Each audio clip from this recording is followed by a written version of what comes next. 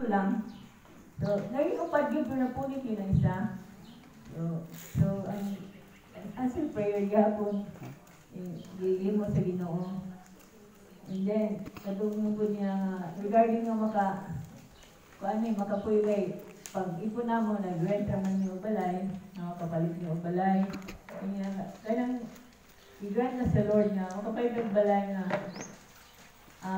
kita na po sa taas, na ako na mag-rent sa silong.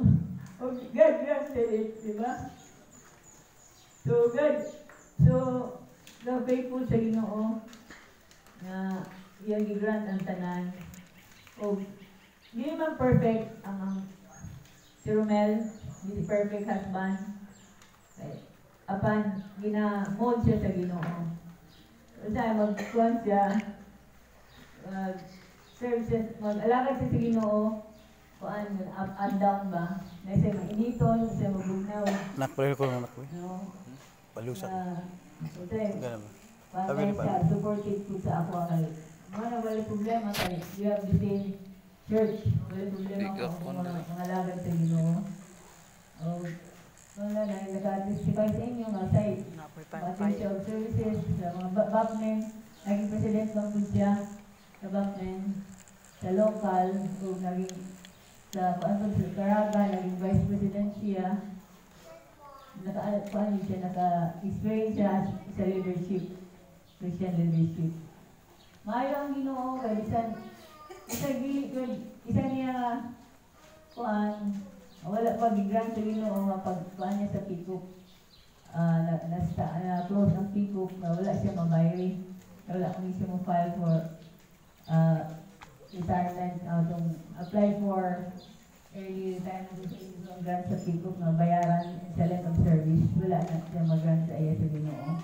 Apan, ang Ginoo naging faithful, nag-serve, na supply man niya po ng position, na isa po niya ako na ang iyang mga anak makatiwas sa pag-eskwela, makakuha o kurso, and God granted it sa amo akong mga anak, nakatapos yung kurso. Sa ako po, sa kinaiyan ni Romel, isugod siya, makita ang siguro ninyo nga, ako nung siya nga, nakon siya passive space, isog now. Kuhan ni, opposite po ni, ako po na malulog now. No?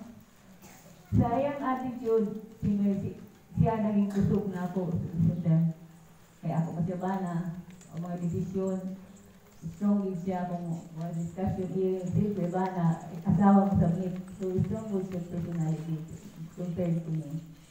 Wala, kung pa kung kuhan pa, positive and negative. Yun ay result. For God's glory, yun na ang tanan. So, maayong Diyos sa among pamilya nakapailang ang Diyos matinudanon ka na mo. Nakapahimaya sa iyang ngalan. Ito ako niya na kay mamanggil lang. Kung makita niyo ang result sa karon sa akong mga anak, mga nangalagan din sila sa Ginoo. Saka ako kung sa caring ni Romel, so, retire namin. So, bariyan ng retiree. So, namin yung pension isa-isa. Kaya po, sige, in-charge lang ka, ikaw sa akong monthly. And subsidy na ako sa akong milk. Ikaw sa imong pension paon. Reklamo mo siya, wala ni sulod, ang lata. Bubulbul siya. Kadali kayo bubulot. Pero babul mo na, wala ko, hilom lang ko. Pero bakuli niya, nakain siya biscuit.